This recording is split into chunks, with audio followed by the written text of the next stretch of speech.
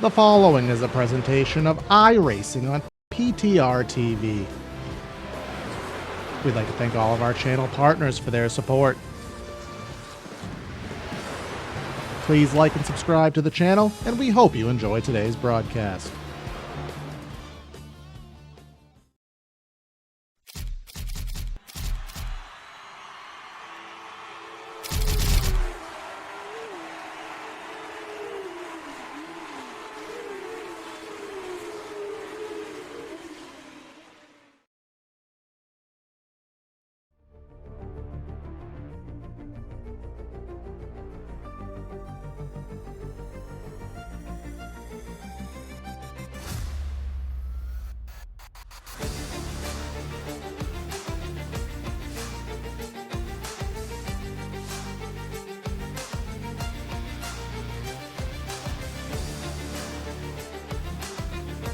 It's one of the more unique racetracks on the schedule because of its egg shape and because of the history that it leaves behind, not only just on the Cup side of things, but with the trucks and the Area Pro Series as well.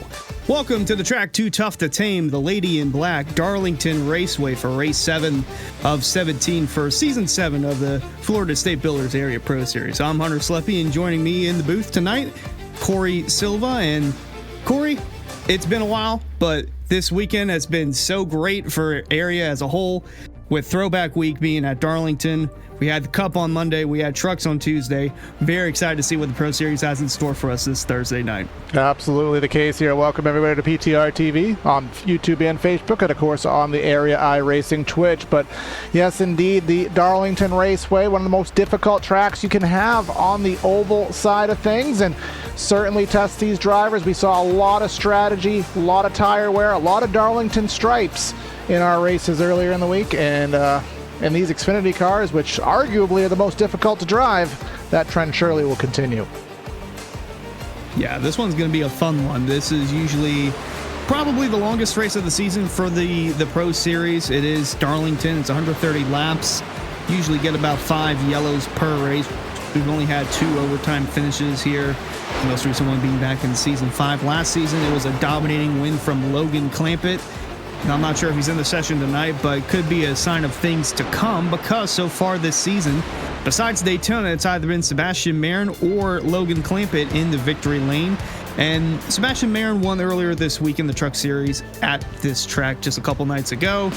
He's presumed to be the heavy favorite heading into this from what I've spoken around within the garage. But a driver who's won here a couple of times and is still looking for his first win of the season is our points leader heading into this, James Scioli.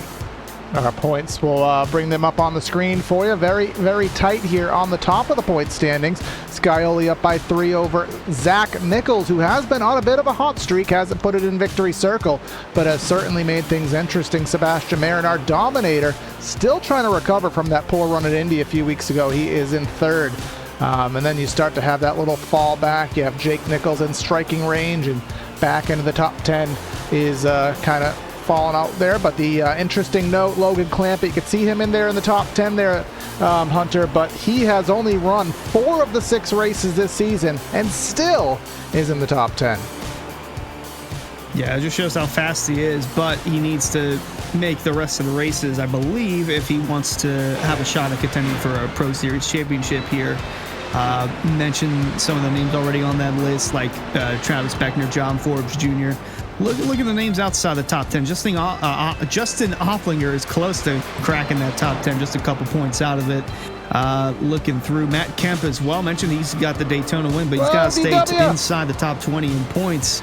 He's currently 18th, so he needs to do a little more just to stay above that top 20 threshold, especially with Talladega coming up in the future, that being the last race of the regular season. That could be a wild card for anyone and everyone as far as that's concerned. But I think it's time to get ready for qualifying in just a bit.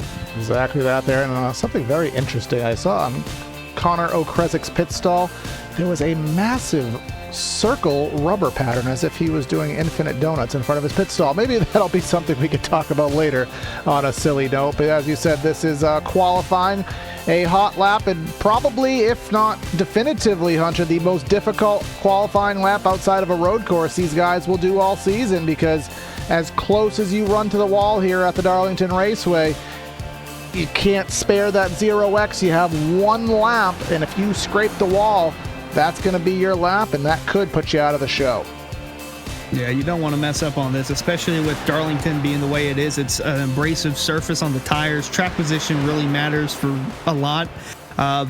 Every winner that we've had from the Pro Series race at Darlington, it's come from inside the top 10, and 3 of those come from the pole themselves. And oddly enough, that happened in an even number season. So season 2, Alan Elwood; season 4, James Scully; and last season, season 6, Logan Clampett, if you're a little superstitious. But yeah, qualifying really going to matter if you're inside the first 10 positions, so you'll be in a good spot there. I think what Jonathan Evans can do, and I noticed this name, Liam Sheen, making another appearance in the Area Pro Series, made an appearance in the Watkins Glen race, didn't quite get the result there, but looking to change that up with an oval race. Yeah, we'll see what happens here on the scoring pylon. A 29.73 starts to show off here, top of the board. We'll watch some of these other laps roll on in. Here comes that prior mentioned Jonathan Evans, and that'll be P1. So times are rolling in hot and heavy. Again, one lap, and I think we will have about 2 to 3 that are not going to be able to take time in today's race. So got to watch out for that. And there, who goes to the top? Big shocker there. Yeah, and there's some guys with EOLs, and I mentioned earlier the only multi-time winner here in the Pro Series, James Scully. He's got an EOL, so it doesn't really matter where he qualifies. That's not good for Zach Nichols there. And the 44, Terry Labonte throwback scheme, but Kylie's got an EOL, so does Nate Stewart, Jeremy Brown, Rafe Slate, and then Brady Walleman still with a drive-through.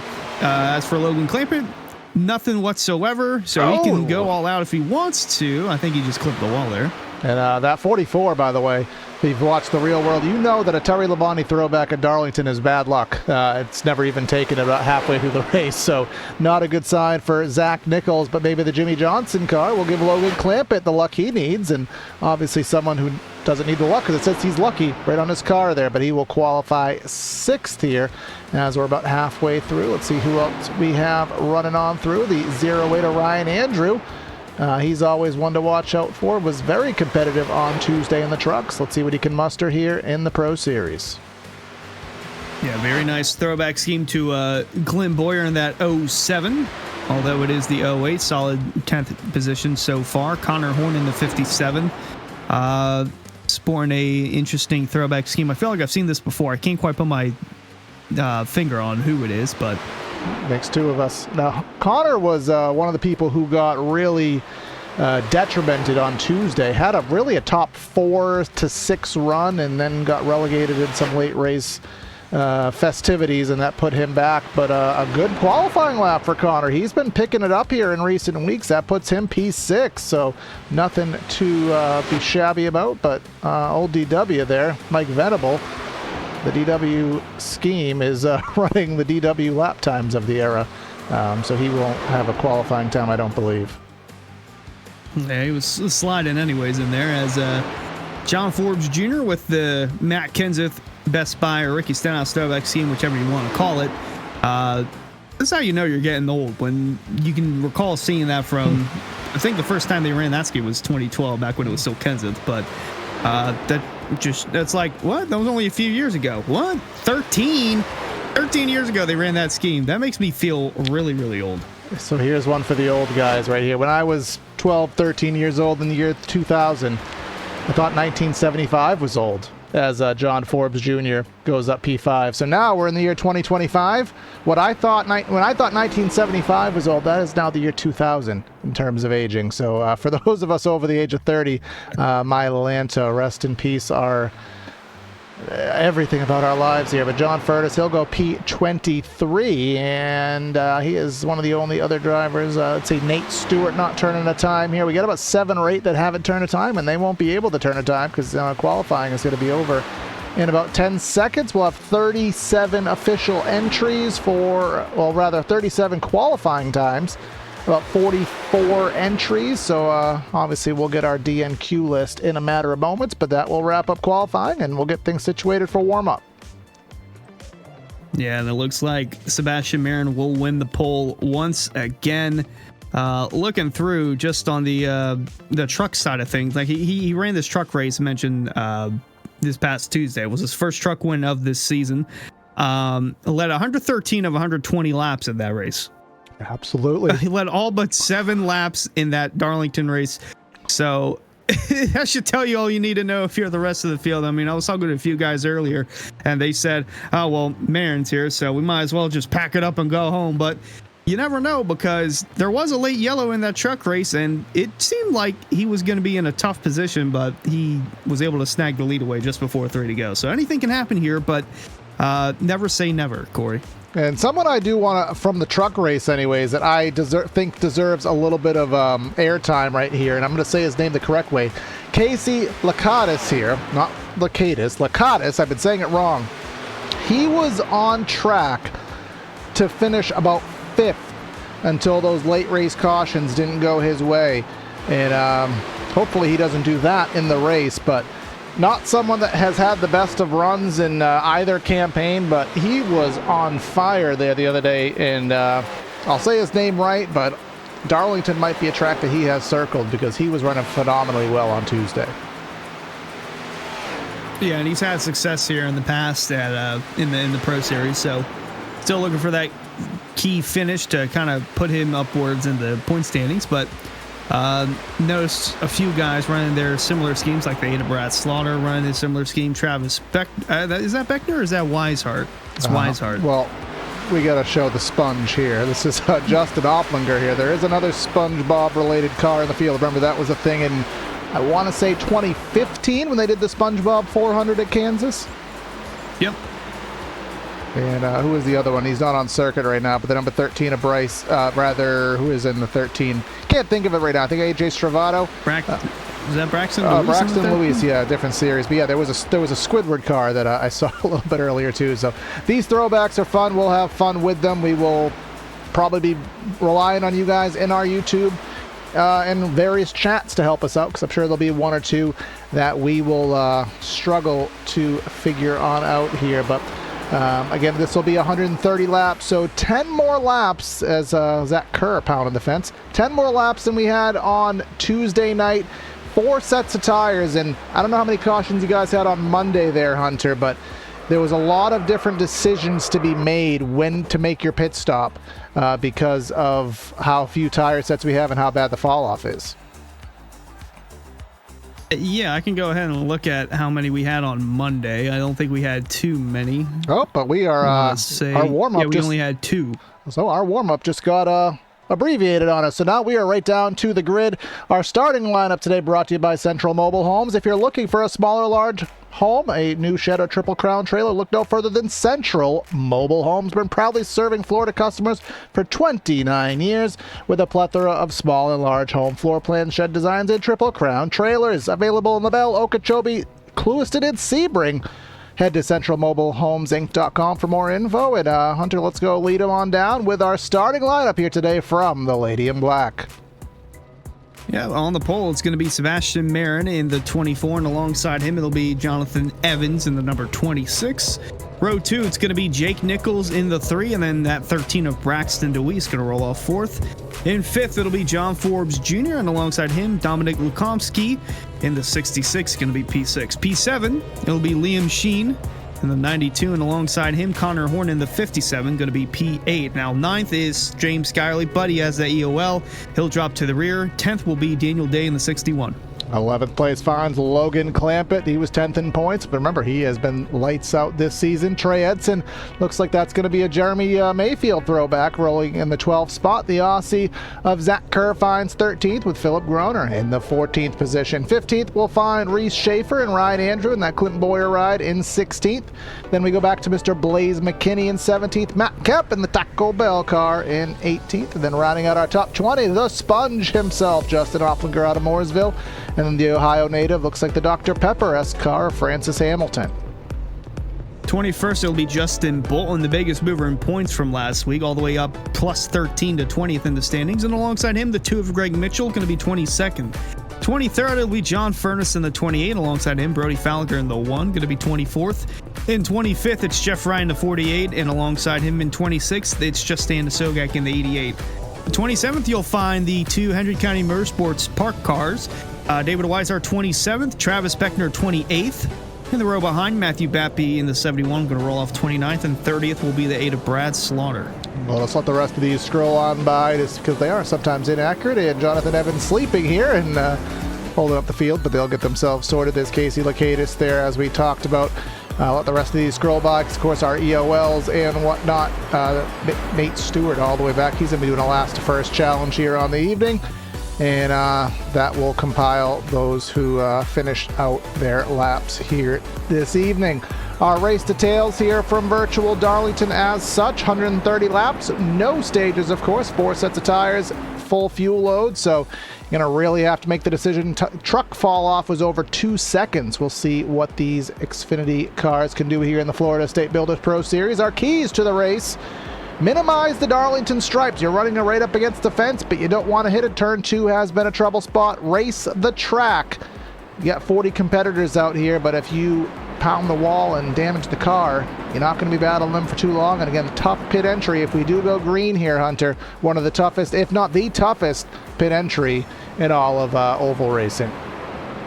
Yeah, going to be tough going from 22 degrees of banking in 3 and 4 all the way down to about maybe 5 or 6, or maybe it's flat on pit road. I know on the straightaways it's 6, but it's tough nonetheless going from all the way up on the racetrack to the bottom. And the way that Darlington is, back in the day, the racing lane that is now was the out of bounds lane. So everybody raced below that dotted white line, and throughout the years, people have figured out that you stay above that, you gain speed through the corner and gives you better momentum down the straightaway. So hence why we have the racing that we have now. So it's very tight throughout the turns, not only just in 1 and 2, but 3 and 4 as well. It's probably the tightest turn.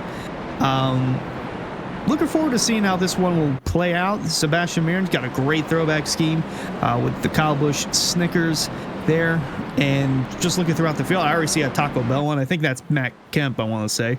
Looking forward to seeing what that one is. I'm 99% sure I know what that is. Could be mistaken on what it is, but nonetheless, a lot of throwbacks. It's a great weekend. Let's kick it off with some area Pro Series action at Darlington. Exactly that here on that very narrow groove. And this actually used to be the racing. This used to be the wall back in the day. They used this bank to keep cars from flying out of the racetrack. Didn't always work, but that's why they're up here on the banking here at Darlington. Pace car is in, entering the restart zone. Barney has the flag in hand.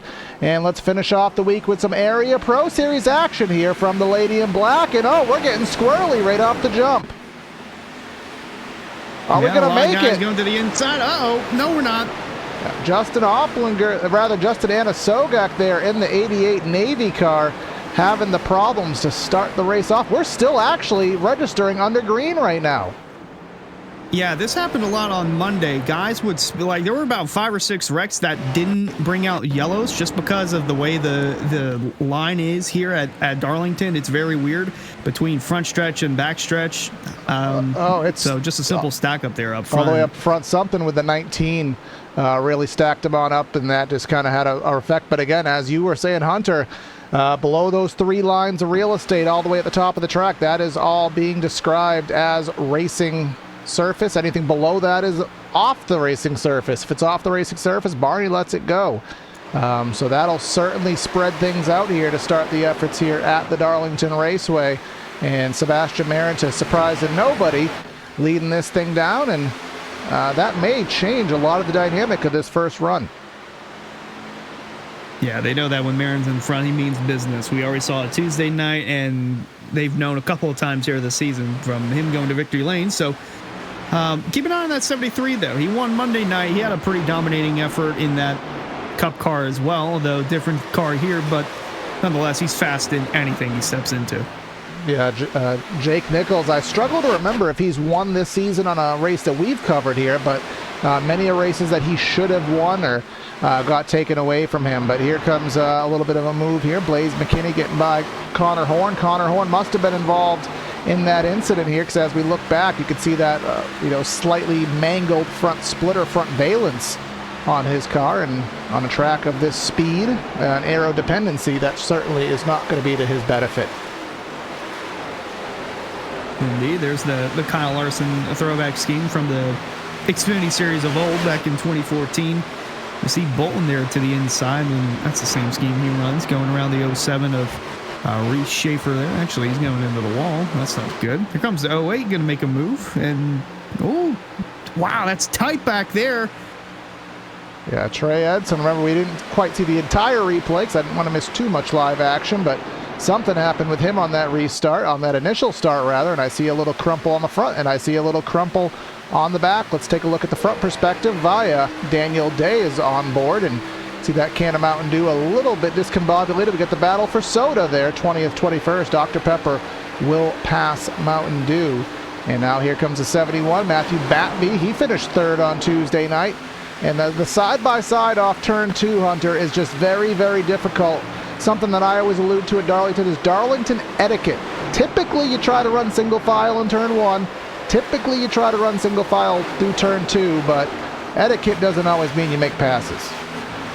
No, it does not. There's still guys that will try to get their nose in, and here's one of them. Actually, Connor Horn on the outside, and then to his inside is the 08 car. Oh, going to be tight, but they'll make the move.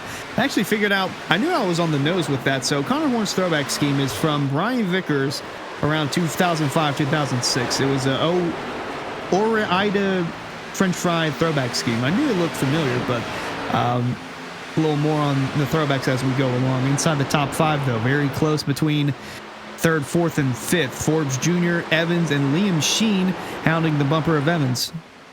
Yeah, Liam Sheen and John Evans there, then John Forbes Jr. in that Best Buy related car, because that's what Matt Kenseth used to drive. It's always fun, and you see it obviously in sim racing a lot more, but there were in the Xfinity series, the sponsors were being a lot more friendly to Throwback League. Again, I can't remember who it was. In the 24, they had the Looney Tunes Jeff Gordon car. I cannot think of who it was off the top of my head, but all the sponsors played to the Looney Tunes mantra. And kind of cool how these guys do that here, you know, in the vein of what the 17 did. But he's closing in on Jake Nichols, and I'll say Marin not pulling away in the way he normally does. Normally he'd already be out by 2 seconds, but they're keeping him honest here by only about a half-second lead as we hit double digits in laps, lap number 10. Yeah, they're trying to preserve the tires a little bit early on, and some guys still trying to get a good feel for the race car. You saw Sheen trying to make a move there, just get some clean air on the nose, but yeah, Marin's got about a 4-car length gap over Jake Nichols, who is running this is an interesting one. I thought this was like an old chewing tobacco throwback scheme. It's not. It's a throwback scheme from 2000 to the late Blaze Alexander, a track phone WCW throwback scheme. I didn't know this existed, but who is this? Jake Nichols. Oh, okay. I was going to say, let's focus in on that, because it did look familiar. I mean, I remember in 1999 there was a 1010. Oh my God, I don't remember what the number code was, but it was like 1010-010 or something like that. I couldn't figure out if that's what it was. You know, back in the day, you had to dial specific number sequences to get caller ID and all this fun stuff. It wasn't just an iPhone user interface, you know, back in the day. But either way, we'll find some other racing going on in the back, and it's going on all the way in the back in the mid-20s here. Connor Horn and engage Alicia Keys mode because he keeps on falling. He is back in the 23rd position. Casey Lakatos there trying to pass him for such. Reese Schaefer back there, old DW with Mike Venable. And what's Travis Beckner doing back in 27th? Was he one of the EOL cars by chance? No, that's just where he qualified. And actually, he was in a row with David Weishart, who's quite a bit of ways up on the road. So Weishart's actually made the climb up at least 10, maybe 11 positions. Not sure if that's just Beckner trying to corral the car. I know he said that for the first part of the run, it's going to be loose, but then it's going to get tight as the run goes on. So maybe he's just trying to get that settled in as they'll go around Connor Horn there for, I just had the position on it. It was for 26, so Beckner slowly on the climb up. I saw, you can see from this angle, there's a skosh, a smidge, a little itty-bitty bit of damage to the right front of that automobile. And as we said here, Darlington, that's all you need. Here comes the battle of the sponges. You got Squidward, you got SpongeBob. They're battling here for the 9th and 10th position. The sponge will overcome the squid. And now I don't know if they serve Bush at the Krusty Krab yet, but here comes Justin Bolton trying to find his way into the battle. And Squidward must be feeling the way he looks now, because he is dropping on back too. That 13 must not be handling too well. That's just the way he always is. But if there's going to be bush served, it's going to be at the chum bucket with Plankton's old oppressive self. But that's a conversation for another time. Nope, I need to finish this. So what, if Bush is at the chum bucket, then what's at the Krusty Krab? Because that must be an elite product. This is a big personality trait we're about to learn about. Oh, Krusty Krab's a family-friendly owned restaurant. Oh, okay. No alcohol at the Krusty Krab. Okay, fair game. That's why there's kids that eat there on occasion. But mentioned Justin Bolton in the fours. We'll look a little further back here with Jeff Wright. But Justin Bolton, he finished 5th last week at Rockingham. He moved up 13 spots in the points up to 20th. So he's within that top 20 threshold now, where if he does get a win and he makes the rest of the races this season, that he'll be able to lock himself in the playoffs, like I said, with that playoff berth with a win. So we'll see if he can do that later on. Meanwhile, Logan Clampett trying to enter the top 5, trying to get around the 26 of Jonathan Evans through 3 and 4. Now Logan Clampett trying to make that inside work through 3 and 4, and he will just clear, maybe a little bit of assistance by Evans to allow him to clear, and that'll allow Zach Kerr, who has moved up a few spots on the day. I'll tell you, it's kind of the way that you have to pass here is you have to get the run off turn number 2, drag race down the back into 3 and 4. But I think as the run goes on, we saw the trend on Tuesday, and I don't know if you saw it on Monday, but it becomes really hard to make that pass through 3 and 4. The inside, you just get really tight. You have so much wheel into it, and then eventually you kind of get stuck side by side until either you get the run or they let you go. Yeah, so we'll see more of that throughout the night as Evans holds 6th, and behind him is 7th, Zach Kerr. That basically sums up where Zach Kerr has been all season. He's 7th in the points right now.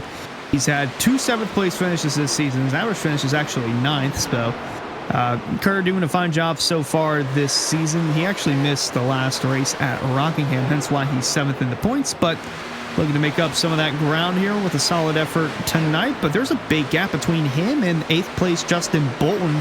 Mention him, he's up a couple of spots since we last were on him. That was just a handful of laps ago. He got around Blaze McKinney and John Furness, and he's starting to make that charge towards the rest of the top 10. It's a 3.5 seconds to go from that 8th spot of Bolton up to Kerr, which is essentially the distance of the entire back straightaway here at Darlington. Remember that opening lap sequence that just kind of caused everyone to go stray, straddle, and announced to everyone, didn't throw a yellow, just separated the field out, and that may lead us to a significant green flag run here, at least as things stand. But again, a great battle in here, right outside the top 10. Jeff Wright in the Pepsi ride. I mean, you can call that a throwback, but he runs it every week, so it's a permanent throwback there. The old Jeff Gordon, I think 2012-ish era when he ran Pepsi Zero cars, but doing a good job in that 48 car. And what else do we got going on here on the track? We got Reese Schaefer in the back falling, and Travis Beckner still falling. And there's James Scioli. Haven't talked about him as the points leader, mired back in 27th. Yeah, he qualified 9th, but he had that EOL to serve, so he started at the back already. Had a podium effort on Monday night, so he and like I mentioned, he's won here a couple of times, so he knows what it takes to get the job done.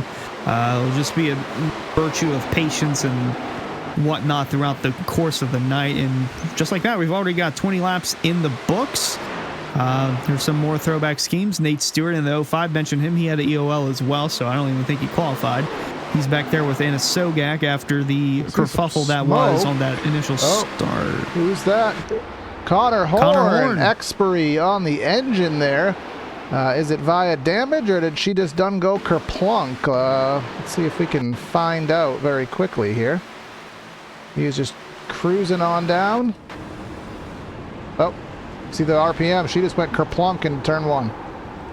Wow. That's a bit of an odd one. Don't really see that at Darlington much. Well, what does happen, and I know this from terrible luck experience here following the...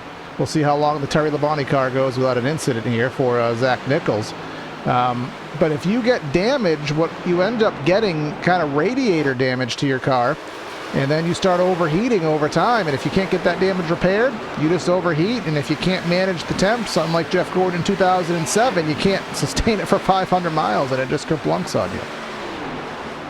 Yeah, that's an odd one. And oddly enough, he's the third DNF of the session so far. The others are Dominic Lukomsky and Philip Kroner. So we're already 3 cars down, only 24 laps in. Behind is the 92 of Liam. We're on the bumper of Liam Sheen. He was behind him. Now he's in front. That's Logan Clampett. Sheen will try to cross him over coming out of 4, but there's not going to be enough there to do that. So Clampett's going to have his eyes set now on John Forbes Jr. about 1.3 seconds down the road. John Forbes Jr. is, never mind, we are under our first caution of the day, and it looks to be Mr. Greg Mitchell taking the old Kevin Harvick Busch throwback, circa, I think, his championship season. Let's see what happened. That's O'Kresick. We'll have to get one more look. I don't know if there was issues entering the corner or if it was just over driving of sorts, but we'll find out via the blimp cam here. Kresick went Steph Curry style, went in for 3, drove it in from deep, and then off the wall, and then how Kresick didn't spin around is beknownst to me. Yeah, that's a interesting one, to say the least on that, but very early yellow. I think we're going to see almost everyone come down pit road. We might see Case of the Class just do the old drive through pit road, come out as a leader, and then pit next time through. I mean, it worked out for him the other day because it put him in position where, I mean, his alternate strategies put him in position to get a top 5. But as you said, everyone's coming to the attention of their crew here. Lap number 26.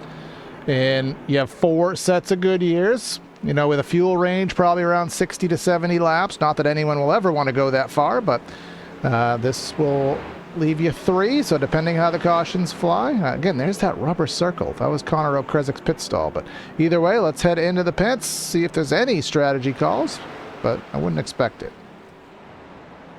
Not this early on.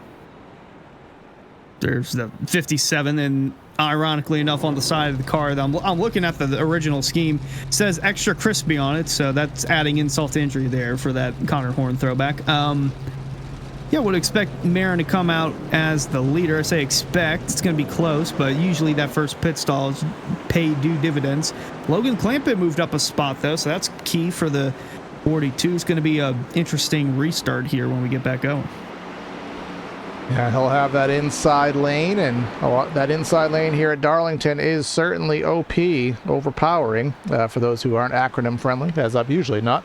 But on the restarts, you want to be on that inside lane, and helps you into turn number 1 certainly. So we'll see if that does happen. But under our first caution, again, our replays here tonight brought to you by Hendry County Motor Sports Park, and other sponsors to bring up. Well, may as well talk about Hendry County, as a matter of fact. And yes, the racing is back. Join them on Saturday, May 3rd to see Top Gun sprints, mod lights, and more.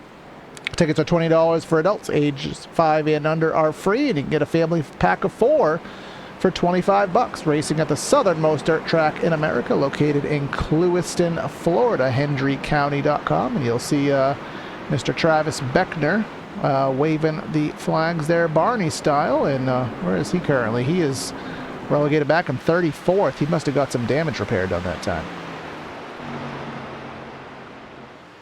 Yeah, yep, 60 there is stall, so yeah, that's the unofficial flagman for the Hendry County Motorsports Park, Travis Beckner. A little damage repair early on. There's still over 100 laps for him to go, and salvage a finish out of this. Connor O'Kresick's pulling off to the side. I'm not sure if that is from the admin or not, but from what we were told, he got +2 incident points for the cause of that yellow, and to be determined. So there may be more after this race, but we'll have to wait and sell that one out. Again, still over 100 laps left. Marin's going to restart as the leader on the inside. Jake Nichols to his outside. Going to be hopefully a better restart this time than the initial start.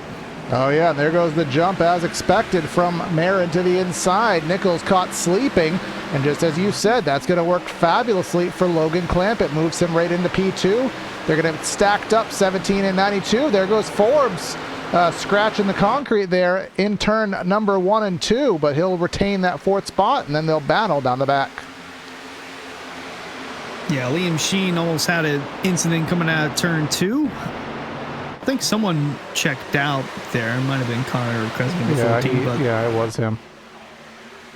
Left All right. the world there for choices or non-choices. Not quite sure. I feel like it was not choice. But, something's going on off of turn number 2. 29, David Weishart. And he will keep it up against the fence. Everyone's trying to find their way down. And somehow we evade further carnage. yeah, that's a tough thing about this track, and especially turn 1 and 2 being so tight. It looks like he had help from the 71 at Batby, and then just couldn't corral it. Oh, and Zach Nichols. Saw him get gosh. sideways. The 31 car as well was loose to the inside, but he kept it up in the outside wall, and there's really not much room if you're the rest of the field behind. So those guys are running the 1950s and 60s lane down there all the way on the bottom, but yellow's out. Never mind. Just as we had a battle for the lead, looks like, I think this was the original Furniture Row back when Kenny Wallace drove it, I want to say, for the 70 of Andrew Payne. Greg Mitchell, perhaps, with a little bit of a boot to the rear.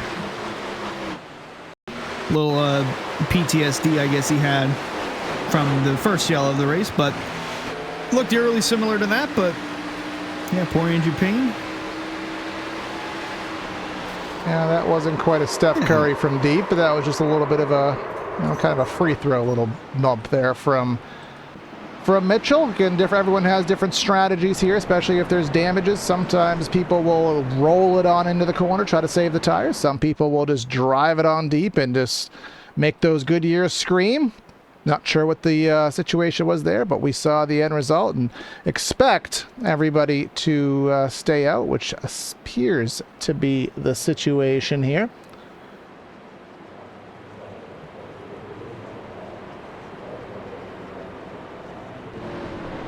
Pit road, a very lonely place. Only, I think, one driver taking it on in there, and that is probably someone towards the back of the field getting some damage repair. So we will be under our second caution, just under, well, actually, I don't even know why I tried to do percentages. I think we're still less than 25% through with the race, but we were getting into a battle for the lead there, as Clampett had gotten to within about a tenth of a second of Sebastian Merrill. We were just about to see if Clampett was going to be able to figure something out and get by, but that'll be another heat cycle on the tires, which helps some and hurts others.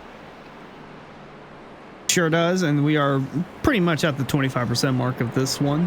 Yeah, heat cycle is going to be interesting. Also, looking at how Logan Clampett will handle the restart as well compared to Jake Nichols as the car on the outside lane. Presuming that Marin's going to select the inside lane again. Pretty much just like real life. Expected it to work that way, where the leader just gets a good jump and then everybody else is door to door fighting off each other going into the corner. But again, we'll see what this restart has in store for us. As far as the top 10, not really too much changed from that. I think Justin Opplinger fell outside the top 10. Blaze McKinney as well. Jeff Wright's in the top 10. And Brody Falker hanging tough in 13th. Batby and Slaughter round out the top 15.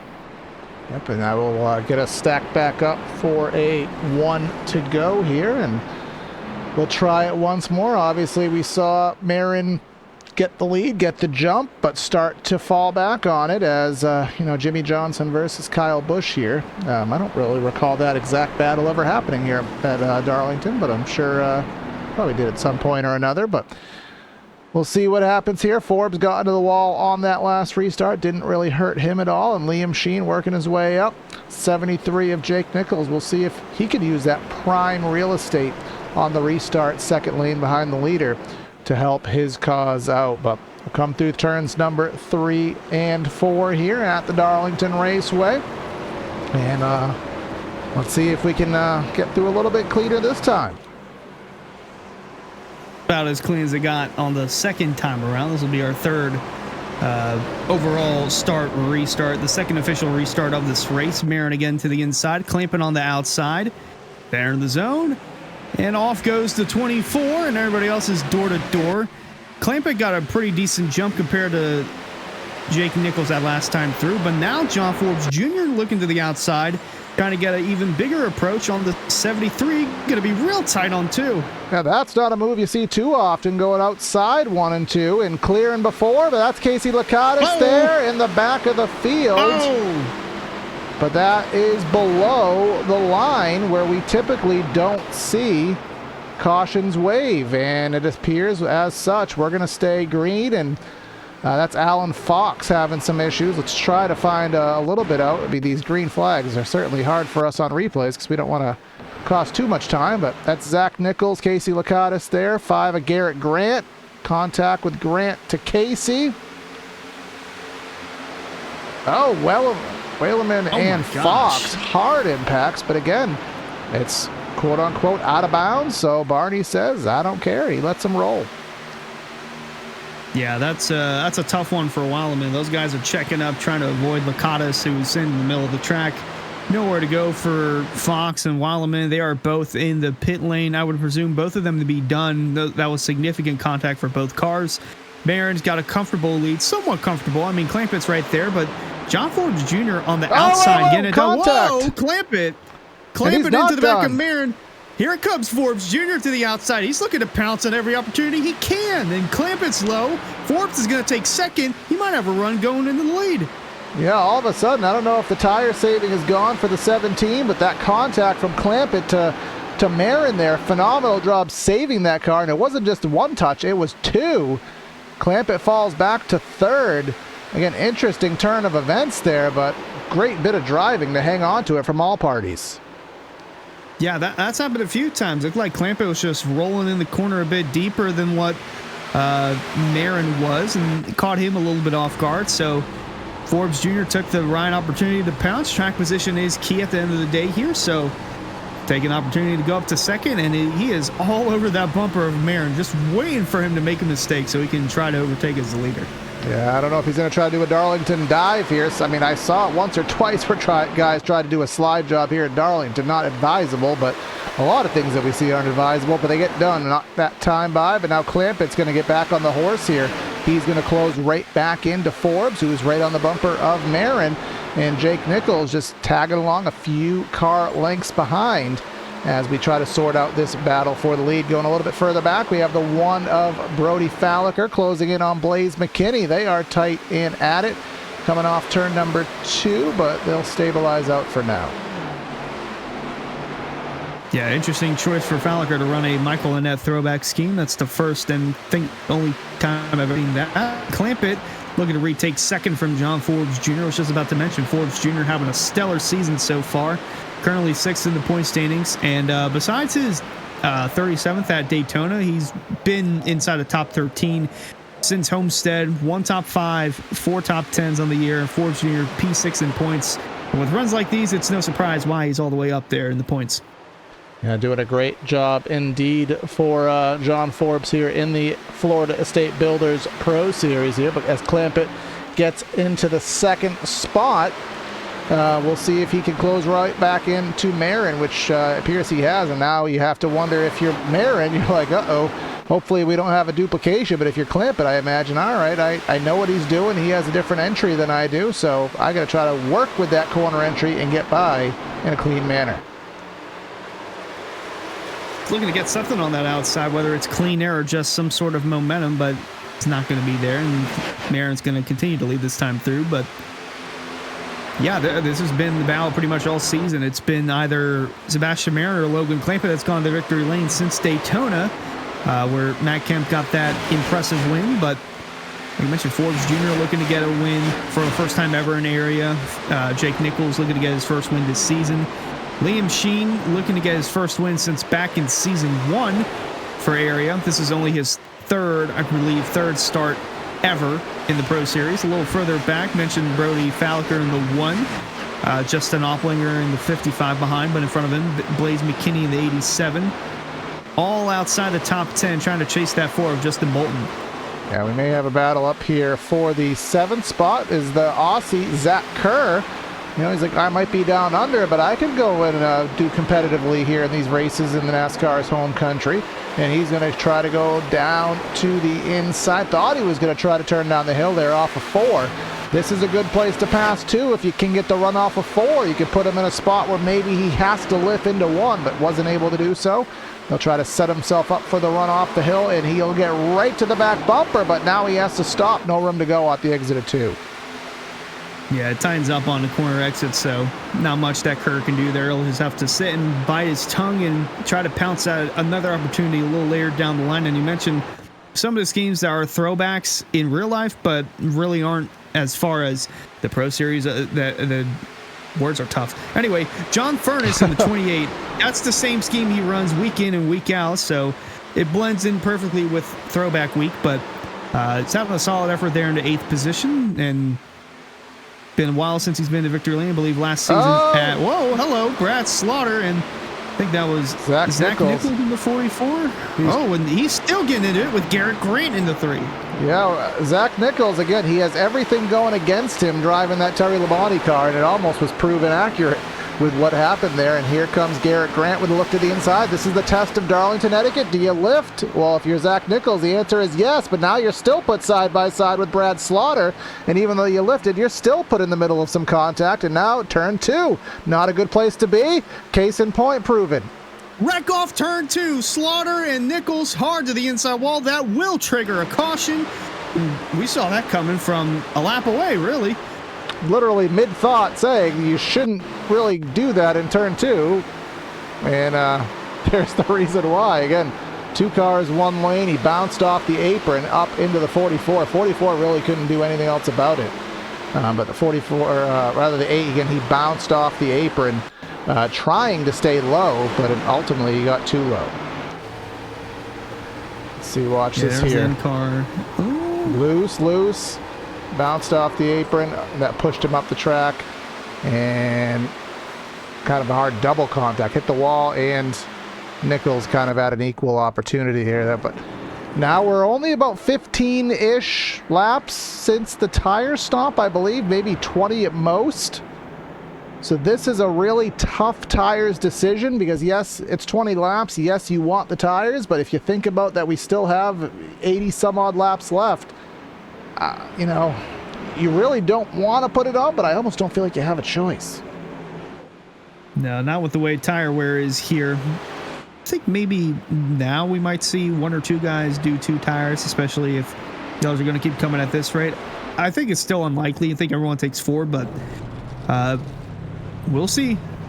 Yeah, we'll see here. Again, Zach Kerr. There's the 42. You can see the left side's already going up.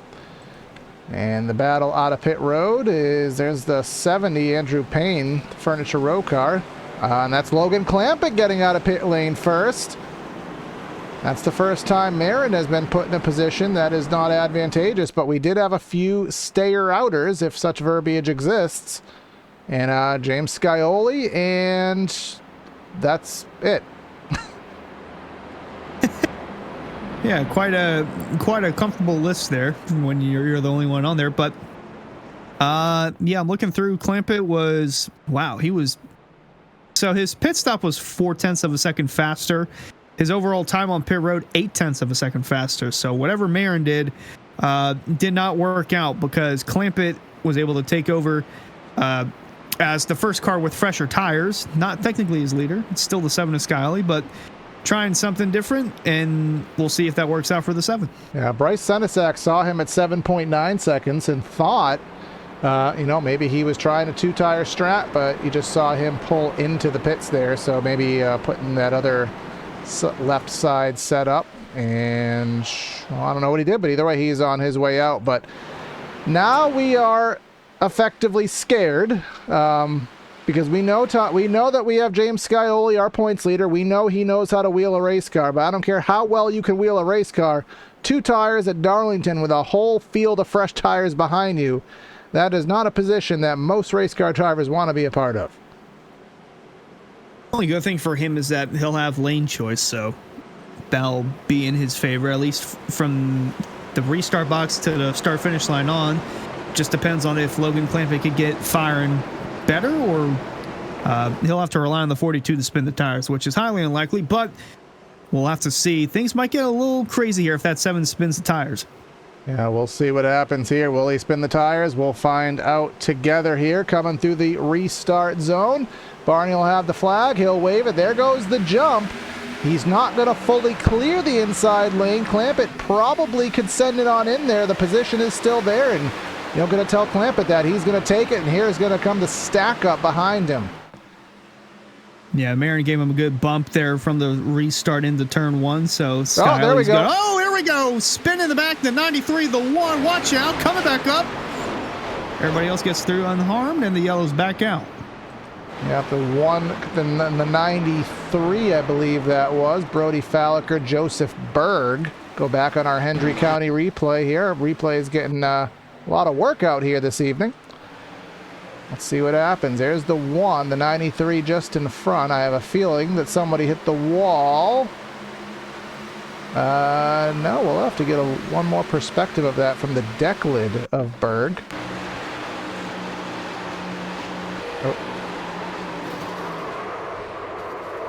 He washed up on the exit of 2, and Falliker wasn't expecting him to check up like that, so. Yeah, one more perspective. Yeah, he got loose, as you said, and then, yeah, just absolutely no avoidance and huge impact right back into the middle of the track. How, people, I think that was Weishart, had quite a view there. In fact, you know, we're under yellow. Nobody's going to pit. We'll just enjoy the replay for a little bit longer. Take a look at what Weishart had to see.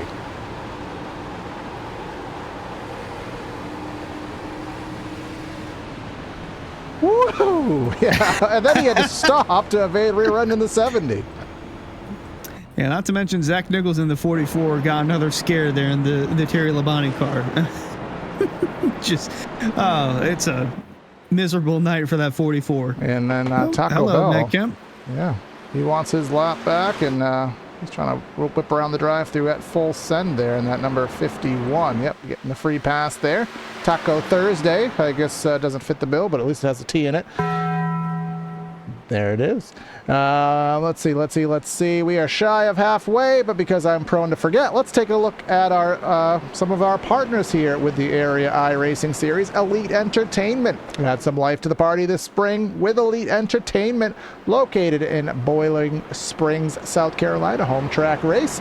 Elite Entertainment provides high-quality band production to entertain at any location, including words are hard, including karaoke, singo, and more. Visit the Linktree link in the description for all your contact information, as well as the High Banks podcast. 2 blue-collar guys, Nick and Alex, talking about NASCAR and more. Listen to episode 228. I've been confirmed there are a lot more episodes, but we're focused on 228 with Jacob Bell, and that is available on Spotify. Yep, because Jacob Bell is the head honcho over at Area. He's actually doing the admin work for the night. Shout out Carter Coop. I know you're watching it from your garage and you're working on your vehicle and all that, but usually it's Carter. Jake will be in to help, but I think Jake Jake is up there on his own. So usually it's Carter, Jake, and there's a third member on occasion, but shout out to you, Carter, watching your garage. Yeah, this is a very interesting race to say the least. Clampett and Marin once again on the front row. Forbes Jr. and Skyley still holding tough in that 4th spot, even though he's got older tires. So now it might get a little more dicey for Jake Nichols, Jeff Wright, and Blaze McKinney there on that outside lane. And we'll see what happens here. Scioli, as you said, right in the middle. That little bit of a heat cycle will take a little bit of the goodness off the other tires, but he's still going to be at quite the detriment here at lap number 54. Closing in on the halfway mark here in the Darlington 130 Florida State Builders Pro Series. Let's try it again. Restart it in Logan Clampett. Gets the jump he needs, and here comes Forbes trying to get Marin back to 3rd. Yeah, Liam Sheen moved up to 4th there. Jake Nichols got the short end of the stick again, but Forbes Jr. to the inside. Marin's going to have that runoff exit.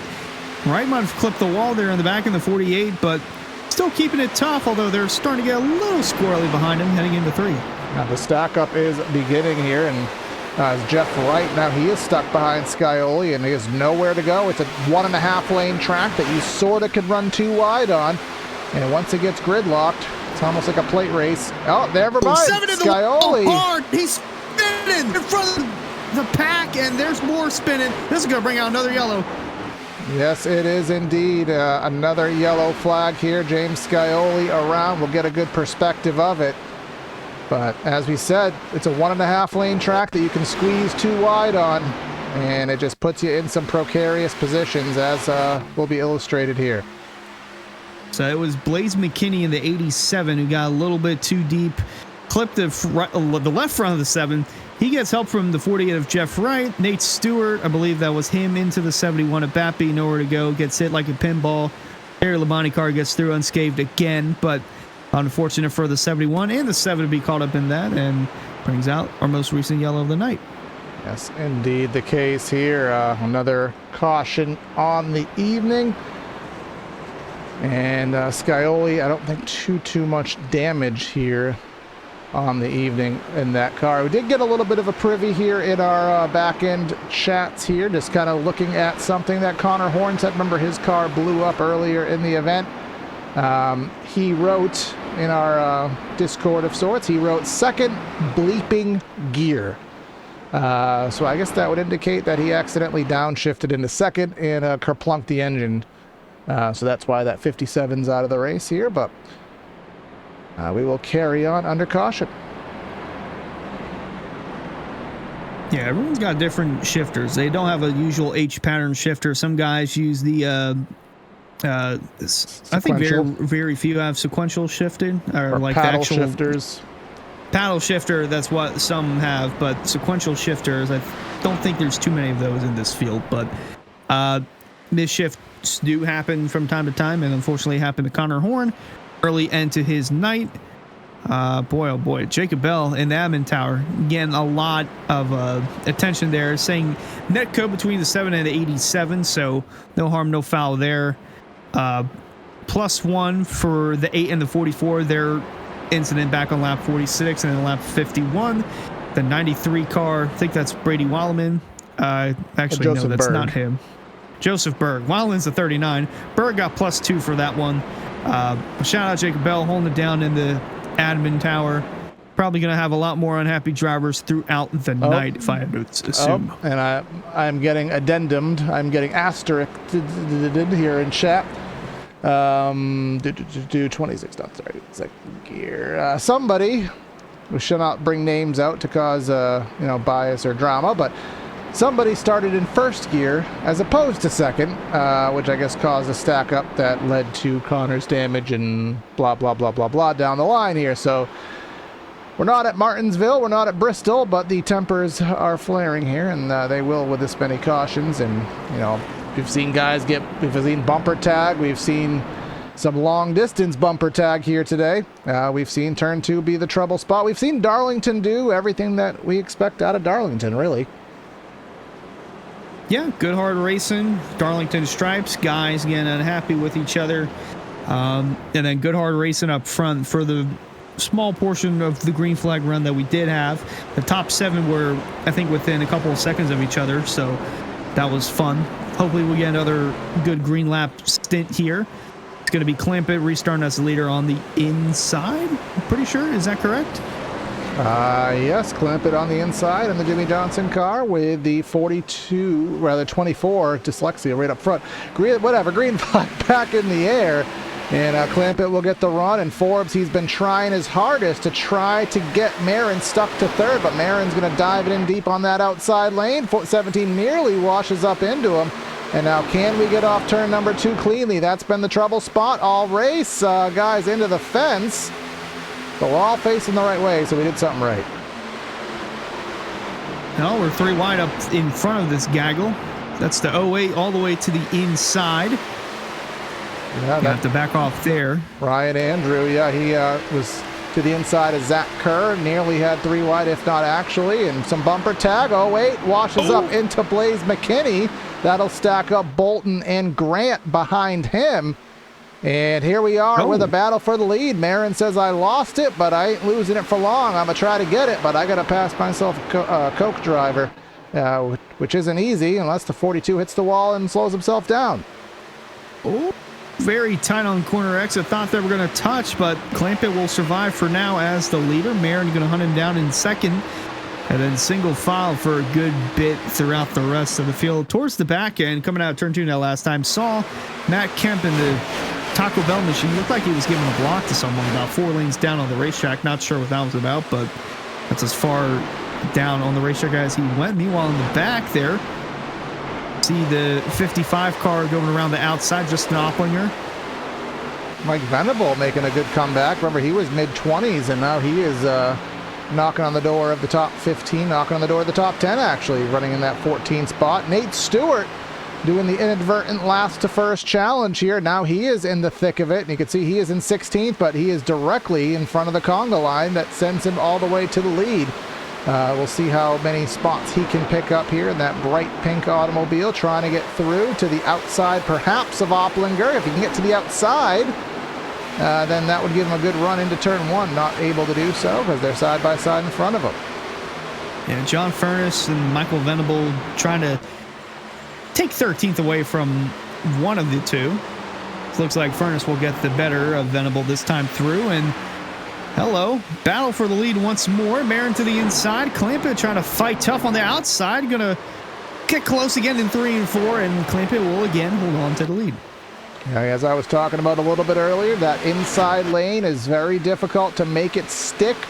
Differences between the simulator and the real world. In the simulator, we can't run on the first lane on the flat that they do in real life. You see the 3 lanes of the main racetrack that everybody's running, but here in 3 and 4... the wall back there.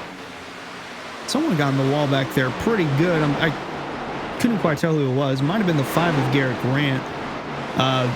Whoever it was, or Venable. Another one. Yeah, Venable's still in the wall, so may have been him, but you can see there at 3 and 4 that in the real world they can run that flat and make a 4th lane. Can't do that here in the real world, which makes 3 and 4 a lot harder to pass than a lot of these drivers would like it to be. But here comes Nate Stewart trying to make a pass off 2. We've seen 2 be a trouble spot, and they make a little bit of contact, but they carry on through.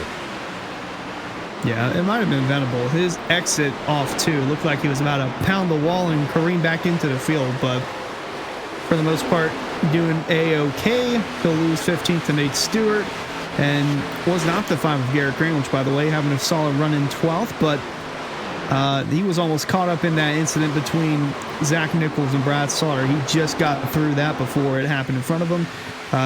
Just in front of him there is the 48 of Jeff Wright, having a solid day in 11th, and again, inside that top 10 that everyone behind him is chasing after, Justin Bolton in the 4th. Justin Bolton in the 4, right behind Blaze McKinney there, holding on to that 10th spot for the time being. Marin's progress up front, as you can see on the ticker, has stabilized, if not reversed. Now he's back to about a half a second. I don't know if he took all the goodness off of those Goodyear Eagles. Let's reference something, because now we are on a run 20 laps here into the stint.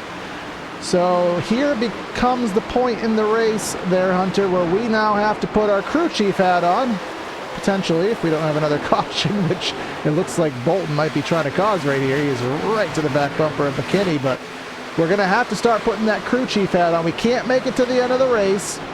At any time from here on out, this could be the final caution, because it usually runs green at some point, and you know the tire fall off. So you have to start thinking there, when should I make that stop, or is it going to be, are we going to wait for a caution? If you're in the back, you might want to be one of the first ones to come down pit road, like say, or I'd say right around outside the top 10, like Jeff Wright, Garrett Grant, John Furness, Opplinger, Nate Stewart. Try to come in pit early, get some track position, be the first one to bring everybody else down. Be the beginning of that domino effect to where the leaders are going to be like, okay, if I stay out any longer, I'm going to be off cycle. I'm going to lose all my track position. Just going to come in and pit now. Try to be the first one ahead of everybody else. Try to get that first step ahead and see where it takes you on the racetrack. Meanwhile, if I'm up front, I would kind of do the opposite. If I know I have a good race car and the fresher my tires are in my next run, it'll be better if you try to stay out as long as you can. There's a fine line between that, so try to manage that pretty well. And I think that's what Marin's trying to do now. He made a couple attempts trying to get the lead, didn't quite get it, almost had it, so he's just trying to preserve some of the tires for a little bit longer stint into the run. It was the battle with third position here. Liam Sheen took a look through 3 and 4 underneath John Forbes in that 17. Wasn't able to make it stick. 17 may have hit the wall, not to any detriment. Jake Nichols having a quiet run in that 73. I mean, he's in the top 5 the whole race, but just kind of chugging along, just doing his own thing, but he is just waiting for something to happen here. Maybe waiting to see if there's going to be contact between the 92-17. Which lane's going to prevail? Where does he want to put that number 73? All the while, Clampett now closing out on a about 3/4 second lead here, getting his groove on. Clampett's starting to go in cruise control. Meanwhile, a little further back, the 13 car running solid with the 61 of Daniel Day. This is Ed Robertson and the 64 behind those two. Running inside the top 20 there. Solid effort for the 64. It's been a quiet day for him. And then behind him, the 31.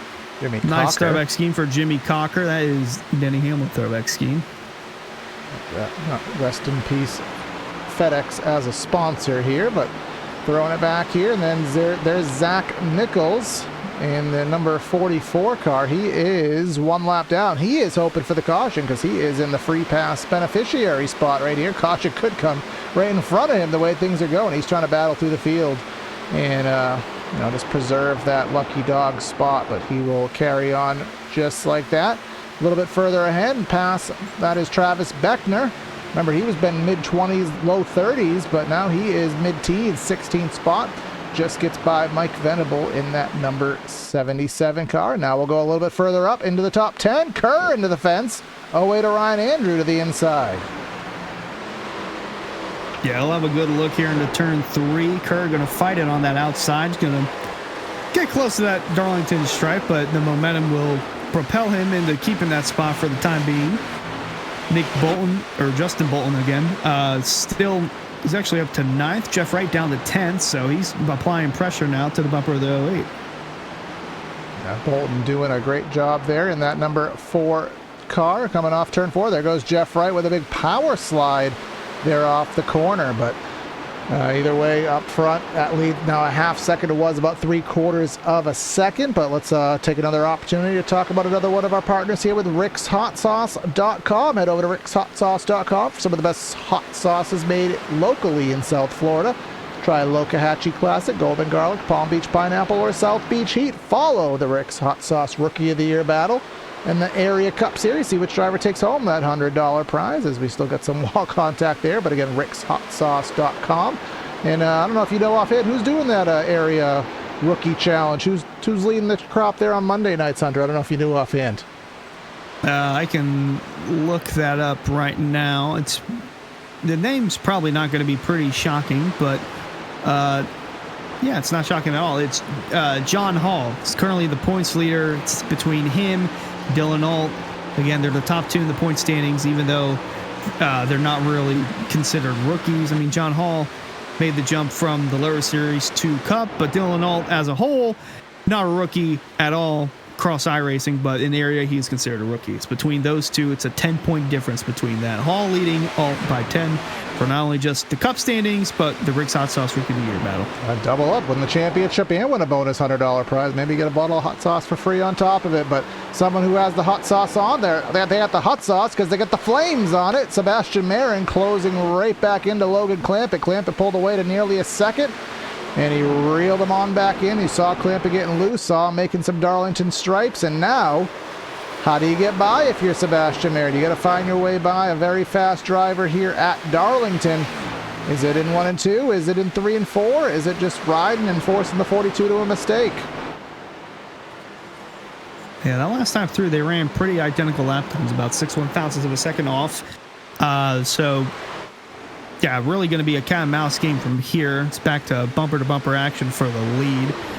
Not sure if Marin's going to try and put more pressure on his tires trying to get around the 42, but we'll see. Again, they do have to make another pit stop, so will be interesting to see that nonetheless. I think in the back we have a side-by-side battle. That's Bolton to the inside of Kerr for the 7th position. Not going to be enough going in the 1, but here comes the 08 of Ryan Andrew powering on the outside, trying to get back around the 4. Yeah. See, he's even taken the He's even taken the manufacturer, not driving a Camaro, driving a Monte Carlo is Ryan Andrew. I didn't even know you could do that. I thought it auto-stamped it. So learn something every single day there, but making a charge nonetheless is Bolton. Just behind that, you see John Furness and Blaze McKinney in a battle. That is just outside of the top 10. As again, we're 33 laps into our stint. We're less than 50 laps to go here in our race. So you have to make that decision. As we said, when does the pit stop come? A lot of decisions to be made here. One thing I don't think we followed, but we'll follow that thought just in a second, because here comes Marin with a look to the inside through 3 and 4. I don't expect that to stick. But again, the battle is on. And just to finish my point, what's our fall off right now? If you ask, best lap of 29.70. We're about, what's that math? 1.8 seconds off our pace. That's a lot of time to be gained or lost via some tire strap. Pretty good quick math there. Car on the wall. It's Kerr all the way up in turn 2. Not sure if he had contact, but he is scraping that wall. He's almost coming to a dead stop. He's going to have to try and get down. It's going to be tough, but he'll be able to do it. Tough end to his run inside the top 10. Let's take a look here. Contact with Bolton. Right hand hook into the fence. You see the hood unhooking there and getting up in the air, and he slowed down enough here. I thought that would have that does sometimes cause a caution when you are that off the pace, but he will just get back to the pits, and we will remain green flag at this point. I think guys don't want to throw off the structure of the race, so unless it causes automatically, you're just going to try to keep it on green flag racing here as we get a battle for the lead. And here comes Jonathan Evans. He wants to take Jake Nichols out of the top 5, and he'll do it successfully. Move that 26 into P5. Yeah, it's been quiet since the start of this one, but it's maintained good speed inside that number 26 car, past the 73 for 5th on the racetrack. And again, still tight nose and tail battle for the lead. Marin, he keeps having a peek to the inside, but it's just nothing's going there. That outside lane through 3 and 4, you can roll that pretty well. The only thing I think that you can do to get around a leader on the bottom is, well, 1, pray for the other guy to get into the outside wall, or 2, have newer tires than him. That's the only way you can probably do that. Other than that, he's just trying to force him into an error. That's all he's doing right now. And let's see, they're supposed to stay on board here with our Whiplash SimCam telemetry. You can see what they're doing in the Truck Series. Sometimes they'll back down to 3rd gear here, not so much in Xfinity. You can see down here to 125 miles an hour. Look at the run he gets off of 4. If he can get a whisker to the inside, he can force clamp it into a scary position in 1, but didn't close in all the way. And look at Clip. You can see that car right rear yawed out. You can see the sparks up against the wall. Now he's cutting down. You can see how loose and free that car is. This is the move to make, but I know Sebastian knows this is not going to work, but it's really the only thing he could try. Send in a little bit harder. You're going to make not much contact, if any, with the 42. It'll be really tight here on corner exit. Has a good enough run to send it into turn 1 if he wants for the lead. Again, right before green flag pit stop, so very crucial here, but he'll have to lift through 1 and 2. Now, the Darlington etiquette is a thing, but sub 50 laps to go. Etiquette does kind of go out the wayside, because you do have to do what you need to do to win this race, and that was the best opportunity he's had. Clampett just had the cojones there to push it on the outside and kept it off the fence. Had a lot of trust in Marin, which trust at Darlington is really the only way you can race this place side by side. But 24 will gather himself back up, coming down now to 40 to go. I'm going to take a hankering that we're going to have pit stops between now and lap 30 to go. Because one thing with pit stops, Hunter, and I know you'll agree to this, you have to have enough time on the tires to utilize them. If you pit too late, you're not going to be able to overcome anything. Yeah, I believe we're about... Oh, cloud. Atlanta, it's dark. We're about halfway through our run now, so if you really wanted to split into half, yeah, very dark cloud cover. Not sure why that's overtaken the racetrack so far, but Marin's hoping that it continues. Trying to get the lead again from Clampett. Going to be tough, but he might have a run here coming out too. Lost it because, you know, he had to back off here, and you can see very dark. You know what that means, eh? We can't see, but it also means the track temp's going to go down a little bit, and that'll just give them a little bit more grip. You can see Clampett all the way up, scraping the fence. That wasn't netcode. That was legitimate contact to the fence. That woes him on down. Here we come to another position of battling off into the corner. Marin's going to have most of the spot. Tries to dive it on down. Not clear. Clampett keeps it up there. How the 24 kept it down and in control off the 42, I will never know. Real tight coming out of 2. They're touching coming down the backstretch. Clampett on the outside. Doing it. Marin putting the 42 near the wall, coming into 3. This is all they can do. This is all they can get. It's so tight for the lead. They're going to make contact coming out of 4. There's still over 40 laps left in this race. Marin got him, except it's not the white flag lap, side by side. Here he comes, contact, into the wall goes Busch. I mean, it's 2003 all over, but they're just doing a great job here. They are having a blast, but at the risk of everything, and Blaney's coming. Blaney being John Forbes Jr. And Forbes is the fastest car on the racetrack. Contact, they took Wow! 42 into the wall. He's going to spin in front of Forbes. The caution might come out, and it will. A tense battle for the lead ends up with the 42 getting dumped, the 24 taking over as the leader, and cautions coming out just before green flag pit stops. Let's see. Now, I'm going to attribute that to Clampett not getting it's, it doesn't absolve fault, but Clampett's obviously been struggling with the car, and he did not get the run through the center of the corner that Marin's been getting, and I think that just led to that. Let's see. Yeah, I mean, it was very light, but at that point on the track, the car is just very light by nature at that point on the speedway, so... But everyone's going to come in the pits here. This is this is the third set of tires for most everybody, I do believe, and Clampett fell back to 7, so it's not completely out the wayside for him, presuming that that damage isn't too bad. Yeah, well, regardless, it's going to be tough for him to try and get back in a winning position from this point forward. Sebastian Marin +2 incident points for that, so heading into Chicagoland next week, he'll have an EOL, so it doesn't matter where he qualifies for next week, and that's just bare minimum. If he does anything else, it's going to probably result in a drive-through, but save that for next week. Meanwhile, battle coming out of pit road, and it's going to be 24 of Marin. And Marin will get it over John Forbes Jr. there, and Clampett is still in the pits, so this is certainly going to be the race for him, getting a lot of damage repair. Again, he's in the top 10 via missing 2 races, so if he does have a legitimate desire to go for this overall championship, like you said, he has to preserve the points. He can't just, bail out because it's not a good race. If he wants to win this championship and really stay in it, he's going to have to maximize on runs gone bad like this. Indeed. And, I mean, we already saw Zach Kerr. He went into the outside wall. He lost his position. And Logan Clampett, for the moment being out of it, does a huge number for John Forbes Jr., Jonathan Evans, Liam Sheen, Jake Nichols. They're back inside the top 5, and they're up front, really, Forbes Jr. in a pretty good spot to try and claim his first Cup win ever in area. Yeah, in a good spot. There's Jonathan Evans. He's been 6, working his way up. Liam Sheen, feels like he's just been 4th this entire race, still running 4th.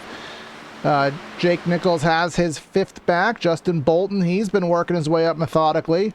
Wright, McKinney, Furness, and Daniel Day, he has found himself in the top 10. You can see we have 18 cars immediately behind the pace car right now, and a whole bunch of guys closing in with damage to be repaired. There's James Scioli. I'm not sure. He was in the pits for about a minute and a half. I don't really recall seeing him get too much damage here today, but obviously something going on with that 7. Best time to get it fixed, but here we go. Sebastian Marin to the inside, John Forbes Jr. to the outside. Let's see what happens there, Hunter. Yeah, coming through for the restart. Going to be about 35 laps to go. The green flag waving. We're back underway, and Marin's got a good jump heading into 1. Marin gets to jump into 1. Jonathan Evans trying to take that 3rd lane, which is really the best spot to be, the 3rd position on the inside of the 2nd lane. He's going to go all the way down the inside, but Forbes going to ring it around the outside and maintain that 2nd spot, a half second off of Sebastian Marin. But here comes Jake Nichols and Liam Sheen. Liam Sheen trying to make that inside lane work on the fresh tires, looking both to the inside of Nichols and of Evans simultaneously. And into the fence goes the 73, now all the way down to the bottom of the track. He'll lose a spot, fall back to, well, remain in 5th rather. Yeah, Bolton mentioned him. He worked his way inside the top 10. He might have a shot at getting another top 5 out of this. He got a top 5 finish last week at the Rock and could do it again at the Lady in Black. The track too tough to tame, Darlington. Very tough racetracks to do that on. Meanwhile, back here for the 9th spot, Furness on the outside, Opplinger on the inside. 9th and 10th on the track, and then 11th there is Daniel Day with Francis Hamilton. Another quiet day for that 23, working his way towards the top 10. At 20th to 8th in that Dr. Pepper S car. Tell me who drove that car. Alex Bowman. Oh, yeah, that was when he was a nobody. Oh, here we go. Venable. Venable all the way down there. You see Scioli having to do some quick averting there as everybody will sort themselves out. Who was that baby blue car at the top of the track? That was the one that got into the wall. That was Ed Robertson. And that just skewed everybody on down, but they were able to evade, luckily. And Ed Robertson's having a solid day, too. He's still having a good day. But, yeah, unfortunate. There's still time for him to salvage what he can out of this one, just like there's still time for Liam Sheen to salvage a possible podium finish from Jonathan Evans, who currently holds that spot. And Forbes Jr., again, still looking for that first win in area. Best finish ever came at Charlotte. This was last season. He finished 3rd. And he is looking for more now. We're at the time in the race where, yes, you can't go full bore to the end. Your tire wear will kick in, but with only about 35, 36 laps on this set of tires that we'll have to run, you can certainly push the envelope a little bit further and maybe scrape that right side paint off, and that'll cost him a car length or two. Puts him in the clutches of Evans and Sheen. And he'll try to regroup before he falls too far back. Just buying his time now. Not much time left, but still have some time to save up some tires and generate one last charge. I don't believe Logan Clampett's returned to the racetrack after that incident. Logan Clampett's still in the pits with about 5 minutes worth of damage. You can see it getting fixed, but he'll be in a spot now where he is essentially locked into 32nd unless we have some more attrition. So that will be where he is. A couple other drivers out behind him right now, but that's all for naught. But I will tell you, Sebastian Marin certainly cannot, write off that 17. Marin, we're used to him, as we've said all season, driving out to 2-second, 1-second leads and just maintaining, but he's certainly had to keep him. He's been held honest this entire race. Of course, Logan Clampett really made him work for it, as we saw. But again, phenomenal driving. You get to see how much more aggressive that 17 is through turn 1 and 2. Yeah, I think this might be the time where he's trying to generate that one final charge. Again, the 17, John Forbes Jr. for Lucky Duck Motorsports, his teammate, by the way, Logan Clampett. So might be a little vengeance that he's trying to go after in that 24 of Marin. But again, where he's running right now, this would be a career day for him in second and would definitely help him in the point standings. But again, that win, that coveted win that he's been chasing for since he's joined area, right there, just a couple car lengths down the road, being held by Sebastian Marin. Liam Sheen, you can tell how much faster he is than Jonathan Evans. Evans slightly comes off the wall through 3 and 4, and that made me a little nervous that there might have been contact, but Liam able to maintain that low enough line to evade that contact, but that also puts more strain on his tires. He has to put more wheel into it, makes his car tighter in the long run. Might all be part of the strategy, but coming off turn number 2, you can see the big slide by Evans, and again, I feel like if Sheen could get by Evans, I feel like he could put his hat in the ring and have a battle for this win. But that old, as I said before, that old school Detroit Pistons defense of Jonathan Evans, making that super as wide as a Pontiac, and Sheen can't get by.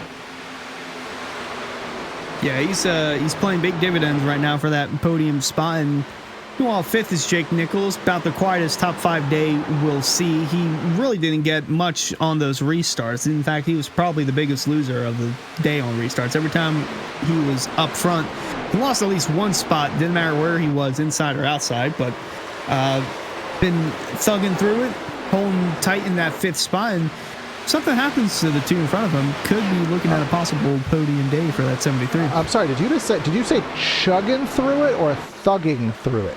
No, thuggin. Thuggin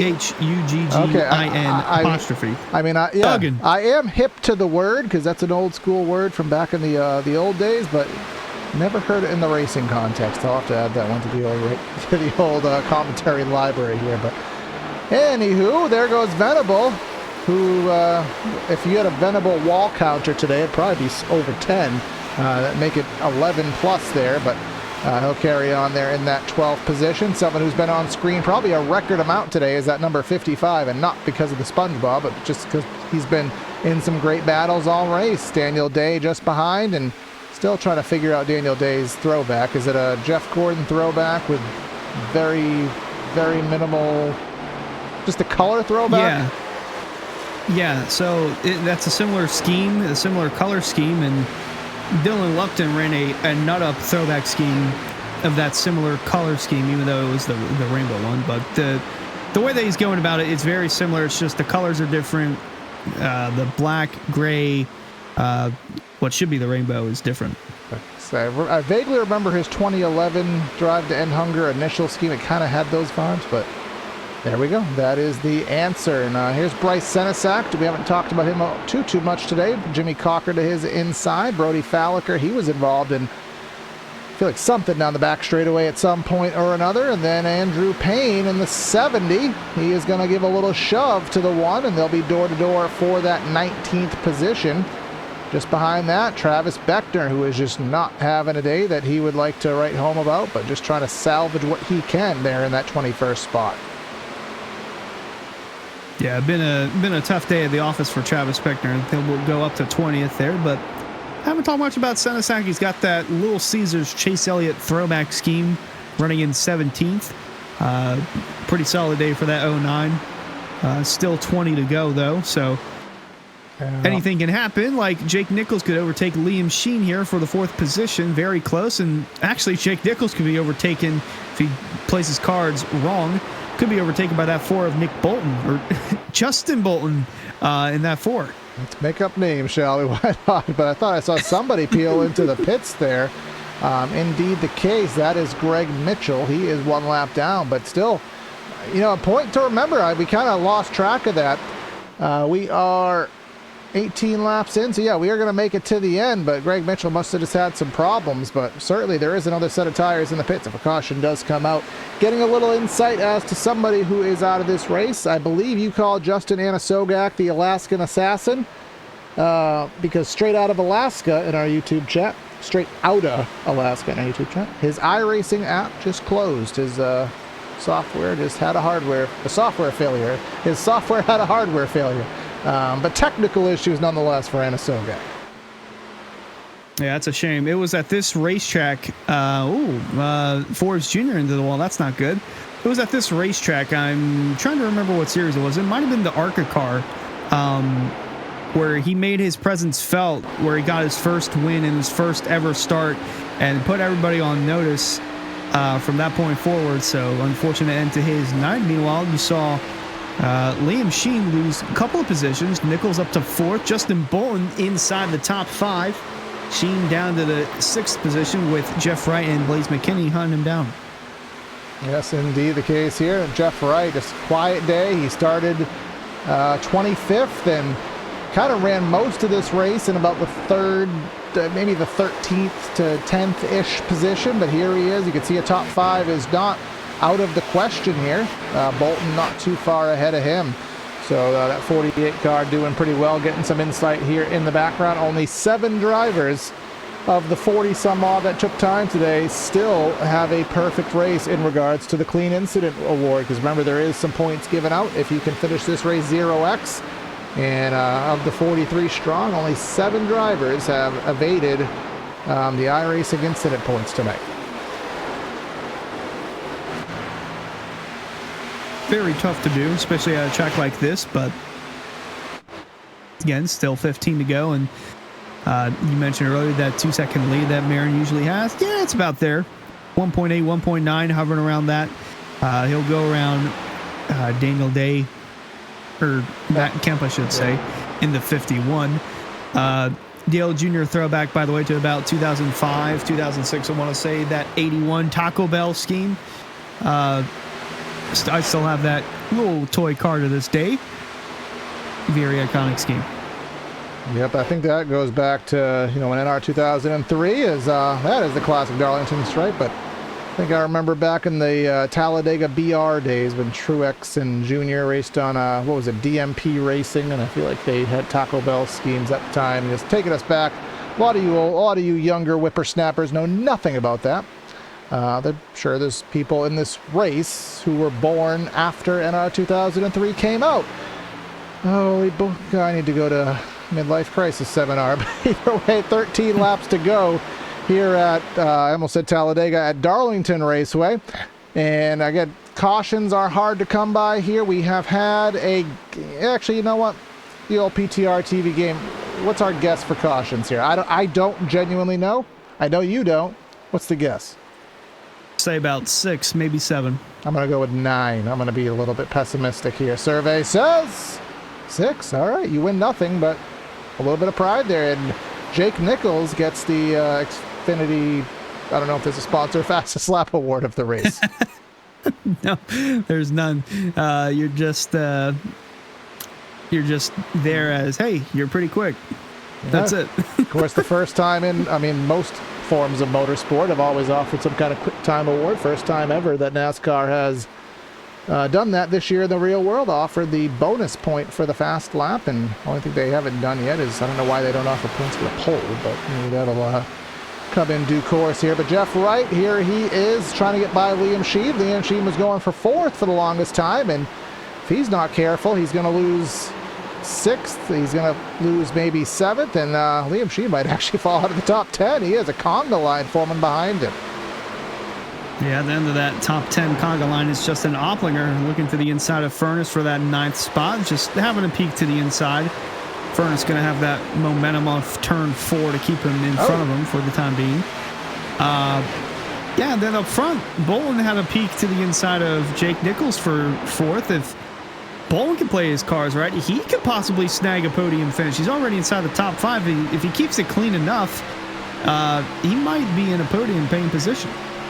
Yeah, just have to find the way by. You can see through 3 and 4, that's Jonathan Evans. There's that podium spot, and just ahead of that, that's John Forbes Jr. If you're looking for the leader, you won't see him because he's about 3 seconds ahead, but here comes Bolton. He can't quite side draft his way to the inside of Nichols. If he could have, that would have been a really good opportunity. He'll back up his entry. Watch this. You can see that 73 really yawed out. That means he's loose, which means the 4 is going to get a whale of a run, not a dolphin, a whale of a run here, and drag race him down the back. Good run going into 3, and Nichols knows he won't contest that much. He'll give some sort of an effort on the outside, but to no avail. He'll try to get a crossover move off 4, but it's not going to be enough. Bolin up to 4th with less than 10 to go. And again, record camera time here on the day, the 55 and the 28 and forcing his way up there, slid up nearly into Furness there, but able to keep it down. But now will Furness do a crossover move? No, he's a little bit too free to do so. But Sheen into the fence. That'll open the door for Jeff Wright to maybe get 6th. Yeah, that was a hard hit to the outside wall for Sheen. He's in the wall again in 3 and 4. They're going to touch off 4 right to the inside. Sheen on the outside, and that conga line starting to get bottled up with McKinney and Opplinger getting a little, I almost said side draft. It was bump draft down the straightaway, and wow, McKinney going to fly right by the 48. Oh, contact. Oh, here we go. Into the fence, and are we going to wreck? Are we going to wreck? Are we going to wreck? Survey says they save it for now. I'm not calling it off the board yet because we're into 3. Contact's big. Guys are mad. 6 to go coming on up, but we will save it. Liam Sheen getting the worst end of the stick back to the 13th spot. He was just in 4th. Incredible how there was no caution from that. That about shook up the finish. Unbelievable job from everyone there, keeping it straight. Well, there's James Scioli. Haven't talked about him. Remember, he took 2 tires earlier, or stayed out rather, put himself in a bad position, kind of in a pseudo wreck, had to work his way back up, and now he is in top 10, I think, and Furnace into the fence. Venable just behind. They're trying their hardest to wreck, and the one person who doesn't want is Sebastian Marin, who's up by about 4 seconds now. Yeah, he does not want to yell to come out, but they're flirting with disaster here outside the top 10. Venable and Furnace trying to get a little stack up on exit. Up in front, Opplinger went up to 6th around Jeff Wright. McKinney had to look to the inside for 7th. No avail there. Daniel Day quietly in 9th. Again, that 61 been clean and, well, for the most part clean, but been quiet. And quiet days are good days, and especially when you're inside the top 10. And another one of those days where it's just the leader sometimes gets ignored by us. We see some crazy racing going on, and you just see Sebastian Marin up front. I don't have a lap sled count yet, but I'm going to guess it's probably upwards of 80 some odd laps he's led here today. 84, so I would have won myself a prize, and if he can lead 88, he'll have led the last 3 laps consecutively. 3 laps to go, 4.5 seconds up on John Forbes. Remember, Forbes, we thought, had a chance at maybe stealing it, but a couple hits into the wall, and then Marin just turning the afterburners on. Second will have to do, as long as he can hold on between Evans and Bolton.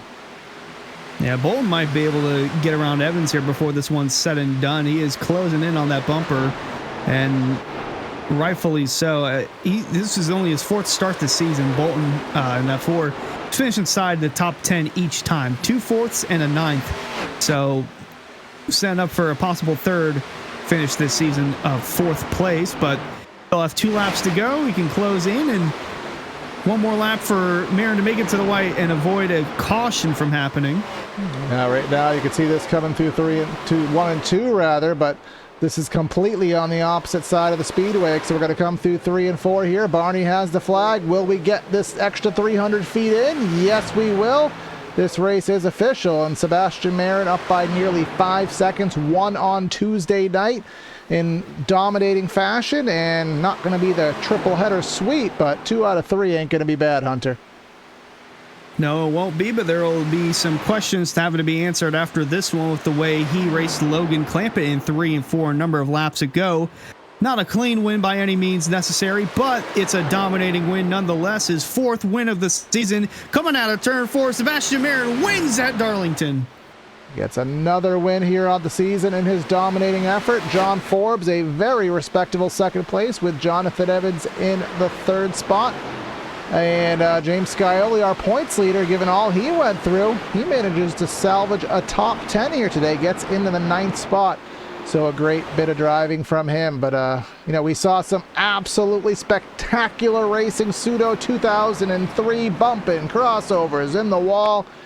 Unfortunately, a little bit of a gray cloud over this one.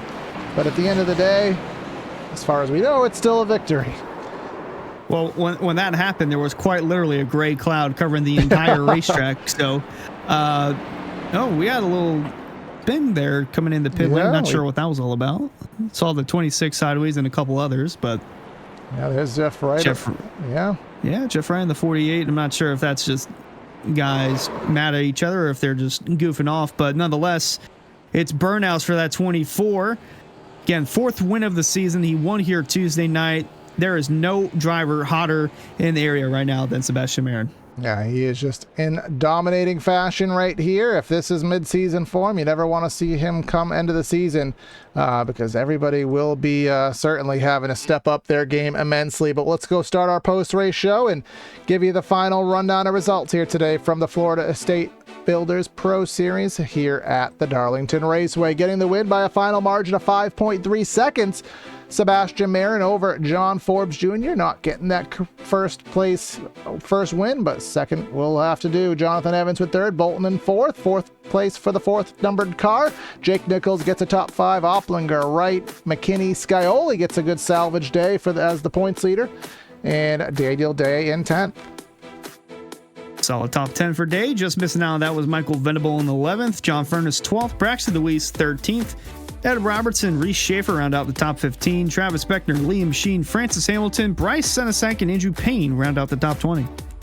Next page of results is as follows. Brody Falliker in 21st. Garrett Grant, he was all over the place here, but falls back to 22nd here. Jimmy Cocker 13th. Casey Lacadis in 24th with Greg Mitchell 25th. Zach Nichols, the Terry Labonte car, just not meant for Darlington, in 26th. Trey Edson, Matt Kemp in the Taco Bell car, Alan Fox, and then we saw what happened. Nate Stewart 15 laps back in 30th. And then 31st, Matthew Batby, Jesse Anasogak 32nd, and Logan Clampett 33rd in a controversial way. Ryan Andrew 34th, Zach Kerr 35th. Both were having solid top 10 days. And David Weishart, Joseph Burt, Brad Slutter, Brady Wallman, and Connor Kresick ready to move on from this week. Connor Horn, he had that engine expire in 41st. Lukomsky and then Philip Groner. The rest of the guys were they did not start. They were D and Qs. But let's head down to Victory Circle here today, and we'll change up the order a little bit here. Hunter, we'll let you go speak to Sebastian and see how he feels after another dominating effort here at Darlington. No shit. Yeah. Caught up in victory lane with Sebastian Marin, his 4th win of the season. One here Tuesday night, one here again in dominating fashion. But a little bit more controversy to this one, making contact with Logan Clampett after a hard-fought battle with about 39 laps ago. Take us through the thought process when Clampett was giving you a run for your money and then just happened to make a bad bump at the wrong time to the 42. Yeah, obviously I lost the control of the race there in the pits, and he took the lead. And then I tried to get it back around the first few laps. Kind of felt like I was pushing too hard, so I kind of backed off, hoping that he would burn his stuff up, which he did. And I caught him. Obviously, we had a great battle there. I felt like I was cutting him some slack a bit here and there. Like, obviously, it's the battle for the lead, so I wasn't expecting him really to pull over, but I was so much quicker, and I didn't want the guys behind us to catch up and then give them opportunities if we make mistakes, or if it keeps going green, give them opportunities for them to undercut us. And you see how hard it is to pass.